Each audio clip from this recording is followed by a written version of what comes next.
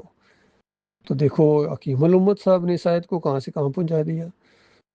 تو یہ اصل میں سارے یہ گمراہ جب قومیں ہو جاتی ہیں پھر اس طرح کے نظریات پھیل جاتے ہیں۔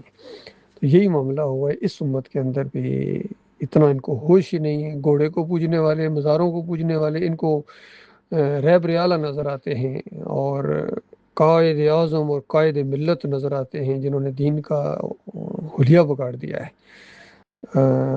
حکیم الامت ان کو نظر آتے ہیں، کفر و شرک پھیلانے والے۔